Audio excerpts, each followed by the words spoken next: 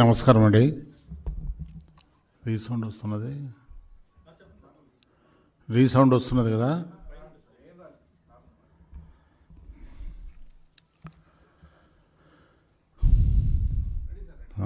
ఇది కౌన్సిల్లో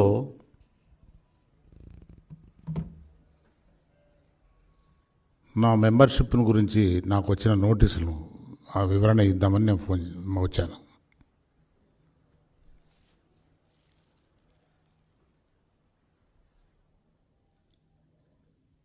ఎనిమిదవ తారీఖు నాకు ఒక నోటీస్ వచ్చింది సెక్రటరీ జనరల్ గారి నుంచి, ఏపీ లెజిస్లేచర్. మీరు పార్టీ మారినట్లు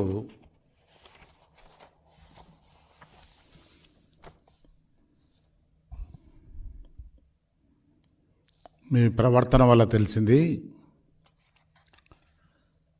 కాబట్టి మీరు ఒక వారం లోపల మాకు డీటెయిల్స్ ఇవ్వాల్సిందని ఒక నోటీస్ సర్వ్ చేశారు. It's sort of explanation. నేనేం చెప్పానంటే, నేను సెక్రటరీ జనరల్ గారికి రాశా, చైర్మన్ గారికి రాశా త్రూ సెక్రటరీ జనరల్. నా స్టాఫ్, పర్సనల్ స్టాఫ్ అంతా ఈ ఫెస్టివల్ దానికి వెళ్ళిపోయారు. నాకు దాని డీటెయిల్స్ అంతా పూర్తిగా వివరాలు తెలియంది నేను చెప్పలేను, కాబట్టి నాకు 2 వారాల టైం ఇవ్వాల్సిందే కదా. వాళ్ళు ఏం చేశారు, 1 వారం ఇచ్చారు. 1 వారం ఇచ్చి ఇంతకన్నా ఎక్కువ ఇవ్వలేమన్నారు. I don't know what the heavens are going to fall. అంత తొందరగా ఇది చేయాల్సినంత నెసిటీ ఏం లేదు. నేను అంతకుముందు 2 సార్లు, ఒకసారి రాజ్యసభకే 2 సంవత్సరాల ముందే రాజీనామా చేశాను. కాబట్టి ఇది పెట్టుకోవాలనే తాపనయం లేదు. కానీ కొద్దిగా చేసేది ఏదో పద్ధతిగా చేయాలి కదా. సరే, దాని తర్వాత మా మిసెస్ కొద్దిగా హెల్త్ బాగాలేదు. She is a chronic patient, undergone major surgeries.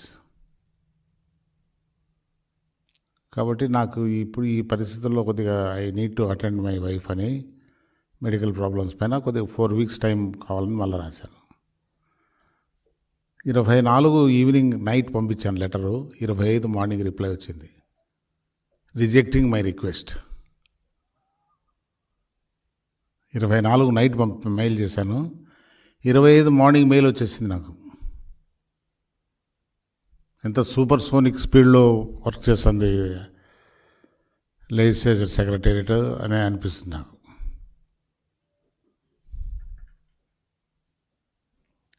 ఇప్పుడు యాజ్ పర్ రూల్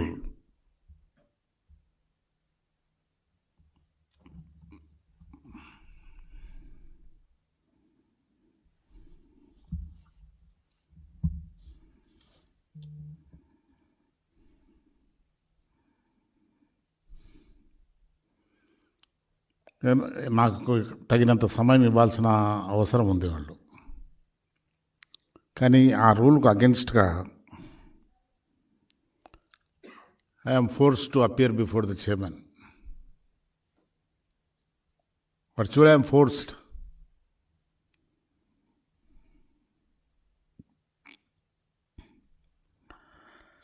దీంట్లో principles of natural justice prevail అవుతుంది. దాని ప్రకారం బిఫోర్ దే ఇనిషియేట్ యాక్షన్, నా పైన యాక్షన్ తీసుకోకముందే నాకు ఒక ఆపర్చునిటీ ఇవ్వాలన్న, నా వినాలా నేను చెప్పబోయేదంతా. అటువంటి అవకాశం ఇవ్వకుండానే వాళ్ళు యాక్షన్ తీసుకునేటువంటి ప్రయత్నం చేస్తున్నారు. ఒకటి, చట్ట ప్రకారం నేను I'm entitle to get time.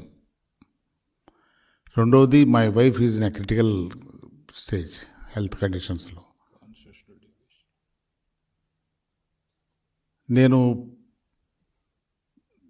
ఆ పరిస్థితుల్లో టైం అడిగితే టైం ఇచ్చేదానికి కూడా మీరు ఇంత అన్హ్యూమన్గా పోవటం చాలా దారుణంగా ఉంది. అది అంటే ఎంత ఇండిక్టివ్గా పోతున్నారు. ఇంత విండిక్ట్గా పోవాల్సిన నెసిటీ ఉందా? నేనేం కాన్స్టిట్యూషనల్ వైలేషన్ చేయలేదు. నేను మెంబర్గా రాజ్యాంగం పైన ఓత్ తీసుకున్నా కౌన్సిల్లో. నేను కౌన్సిల్లో ఏమీ కాన్స్టిట్యూషనల్గా వైలేషన్ చేయలేదు, ఎనీ విప్ని డిఫై చేయలేదు. పార్టీకి రాజీనామా చేసింది వాస్తవం. పార్టీలో అన్డెమోక్రటిక్గా పార్టీ ఫంక్షన్ అవుతున్నది. ఇటువంటి వాతావరణంలో నేను I can't continue as a member, please accept my resignation అని పంపించా. 2 రెస్పాన్సిబిలిటీస్, ఒకటి పార్టీకి, ఒకటి కౌన్సిల్కు. కౌన్సిల్లో రాజ్యాంగం ప్రకారం నేను డ్యూటీస్ పర్ఫామ్ చేయాలి. నేను రాజ్యాంగం ప్రకారము నా ఆబ్లిగేషన్స్ ఏమున్నాయో, నా డ్యూటీస్ నేను without any default I have performed. నేను బడ్జెట్ అప్రూవల్ ఇచ్చా, అందరితో పాటు బడ్జెట్కు అప్రూవల్ ఇచ్చిన వాళ్ళ నేను ఒకడిని. బడ్జెట్ వైలేషన్స్ అంతా చేశారు మీరు, దాంట్లో ఎన్నో వైలేషన్స్ ఉన్నాయి. ఇటువంటి అరాచకమైన పరిపాలన చేస్తున్నారు. దానికి నేను పార్టీలో ఉండదలుచుకోలేదని నేను చెప్పాను. ఏ విధంగా నేను దీన్ని వైలేషన్స్ అని అంటారు ఇది, కాబట్టి కాన్స్టిట్యూషనల్గా నేను వైలేట్ చేయలేదు. బట్ ఏదేమైనా కూడా అది దట్ విల్ బి డిసైడెడ్. అతను వాళ్ళకు అబ్జల్యూట్ పవర్స్ ఉన్నాయి, వాళ్ళు చేయగలిగే చేస్తారు. But opportunity of being heard should be given to me. నాకు అవకాశం ఇవ్వకుండా యాక్షన్ తీసుకునే ప్రయత్నాలు చేస్తుంటే చాలా ఇన్హ్యూమన్గా ఉంది. ఇది చాలా దారుణమైన పరిస్థితి. ఇంత కఠినమైన నిర్ణయం చేయాల్సినంత అవసరం ఉందా ముఖ్యమంత్రి గారికి? I don't think the secretariat will be functioning without the consent of the CM. అది అసెంబ్లీ కానీ కౌన్సిల్ కానీ.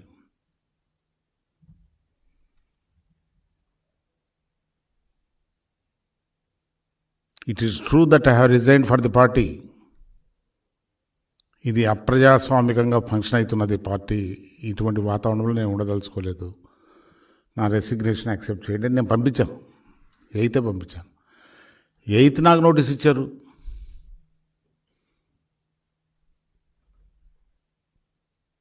నేను 2 weeks టైం అడిగా, 1 week ఇవ్వగలుగుతామని చెప్పారు. చెప్పాను, నాకు ఈ విధంగా ఉందండి పరిస్థితి, నా స్టాఫ్ ఎవరు లేరు, అంతా ఫెస్టివల్కి వెళ్ళిపోయారు, నాకు పూర్తిగా వివరాలంతా తెలియంది, నేను రిప్లై ఇవ్వలేను అని చెప్పాను. ఇన్ ద మీన్ వైల్ అన్ఫార్చునేట్గా మై వైఫ్ ఫెల్ సిక్. ఆమె ముందు నుంచి సిక్కే, ఇంకా కాంప్లికేషన్స్ వచ్చాయి. CM is also aware. మరి ఇంత దారుణంగా యాక్షన్ తీసుకోవాల్సినంత యాక్షన్ తీసుకుంటే నేనేం you are not going to deter me, నన్నేం భయపెట్టే ఇది చేయలేరు మీరు. మీరేమన్నా ఒక 2 రోజులు సర్పంచ్ పోస్ట్ వదులుకోకుండా కూర్చున్నారు, కానీ 2 సంవత్సరాలు వదిలేసి రాజ్యసభ.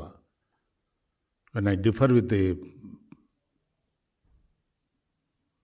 Party management. కాబట్టి ఇది మంచిది కాదు. ఇది చాలా అప్రజాస్వామికంగా ఉంది. ముఖ్యమంత్రి డెఫినెట్గా ఈ విల్ పే ఫర్ ఇట్. ఇంత దారుణంగా ప్రవర్తించడం అనేది. 29th I was given opportunity to appear before him. Is it an opportunity for me? Council chairman ముందర అటెండ్ కామని 12 o'clock నోటీస్ ఇచ్చారు.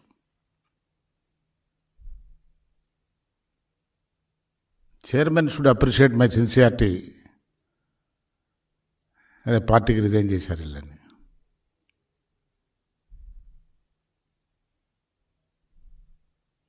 But I have not violated any constitutional obligation in the house.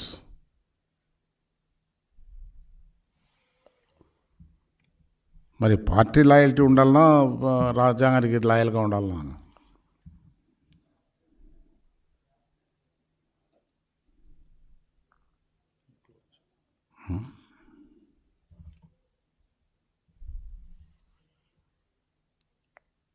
కాబట్టి we will take it very seriously.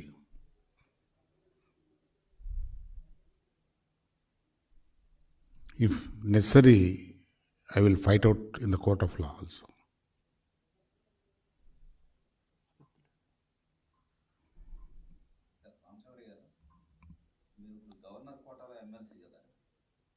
కాదు, elected by the MLAs.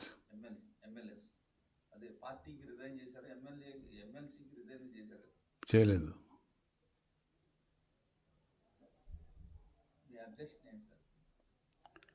నేను time అడిగాను, reply ఇచ్చడానికి time అడిగాను. Because my staff, personal staff they are not there, they have gone for festival, they are ready to return. రెండు, in the mean time మా wife కొద్దిగా ఆరోగ్యం బాగా ఇదైంది. She has undergone major surgeries, bypass surgery, open heart surgery, ఇవన్నీ spinal surgery అయింది. కొద్దిగా I need to attend on her. She has been sick in since so many days. He is aware of it. But దానికి నాకు నా explanation ఏమీ తెలుసుకోకుండా నా పైన యాక్షన్ ఇనిషియేట్ చేయాల్సినంత అవసరం ఏమొచ్చింది?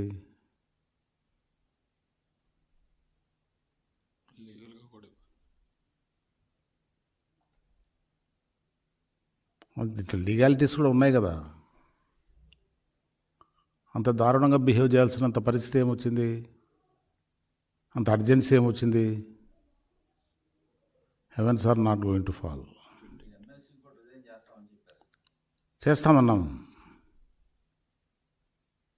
ఆయన చెప్పినట్టేనే చేశాడా? రాజ్యాంగం పైన ప్రమాణం చేశాడు ఆయన. చేస్తాను, తప్పకుండా చేస్తాను. కాన్స్టిట్యూషనల్ వైలేషన్ చెక్ చేసుకో. ఇప్పుడు పార్టీలో అరాచకంగా పరిపాలన చేస్తుంటే పార్టీలో functioning, should we continue in that party?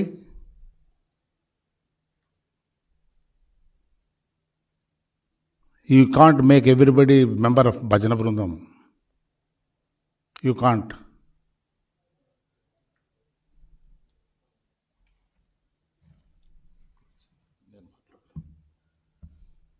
Thank you.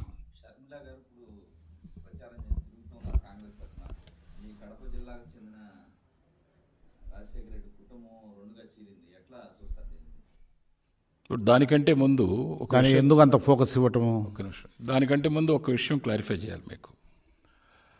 Assembly సాక్షిగా జగన్మోహన్ రెడ్డి గారు అమరావతికి తీసుకున్న రైతుల యొక్క భూముల్ని 30,000 సరిపోవు, ఇంకా ఎక్కువ తీసుకుంటే బాగుంటుంది, విజయవాడ గుంటూరు నగరం మధ్యలో క్యాపిటల్ పెట్టాలి, ఈ రాష్ట్రానికి ఒక మంచి క్యాపిటల్ కావాలన్నారు. అసెంబ్లీ సాక్షిగా ఆయన ఓటేశారు. దాన్ని డివేట్ చేసినందుకు ముఖ్యమంత్రి ముందు రిజైన్ చేయాలి, ఆయన రెసిగ్నేషన్ సబ్మిట్ చేయాలి. We are demanding that. ఎందుకంటే ఒక రాష్ట్ర అపోజిషన్ లీడర్గా ఉండి ఒక రాష్ట్ర ముఖ్యమంత్రి floor of the house assembly ప్రవేశపెట్టిన తీర్మానానికి బలపరిచి ఓటు వేసి దాన్ని బ్రీచ్ చేస్తే ఏమనాలి? 29,000 రైతులను మోసం చేసిన వ్యక్తి కోర్టు వద్దన్న ఫ్లోర్ ఆఫ్ ది హౌస్లో బిల్స్ మేము పెట్టినవి విత్డ్రా చేసుకుంటున్నామని కోర్టులో అఫిడవిట్ ఫైల్ చేశారు. కోర్టులో అఫిడవిట్ ఫైల్ చేసిన దాన్ని కూడా మీరు విత్డ్రా చేసుకుంటున్నామని చెప్పేసి కోర్టులో అఫిడవిట్ అంటే అసెంబ్లీలో ప్రవేశపెట్టిన బిల్స్ను కూడా మేము విత్డ్రా చేసుకుంటున్నాం, వెనక్కి తీసుకుంటున్నాం అని చెప్పి కోర్టులో అఫిడవిట్ ఫైల్ చేసి మళ్ళీ మీరు అప్పీల్కి ఎందుకు వెళ్ళారు సుప్రీంకోర్టుకి? కాబట్టి ఒక ఎమ్మెల్సీ పోస్టు పార్టీ సిద్ధాంతాలు డివేట్ అయినప్పుడు ఫ్లోర్ ఆఫ్ ది హౌస్లో ఒక ఎమ్మెల్సీగా కాన్స్టిట్యూషనల్ ఫండమెంటల్ ఓట్ తీసుకున్నప్పుడు బ్రీచ్ చేశారా లేదా అనేది he has to think. And డొమెస్టిక్గా ఆయనకి మిస్సెస్కి ఒక సీనియర్ పొలిటీషియన్ ఆరోగ్యం బాగున్నప్పుడు తెలుసు, ఆ కుటుంబ పరిస్థితి నీకు తెలుసు. రాష్ట్ర ఇంట్రెస్ట్లో ఇన్ని లక్షల కోట్లు అప్పులు చేసేటప్పుడు బడ్జెట్లో ప్రవేశపెట్టినట్టుగా రాబడి ఖర్చు మీరు బడ్జెట్లో పెట్టారా లేదా? రాబడి ఖర్చుకి పొంతనుందా? మిస్ మ్యాచ్ ఉందా లేదా? Have you cheated the public or not?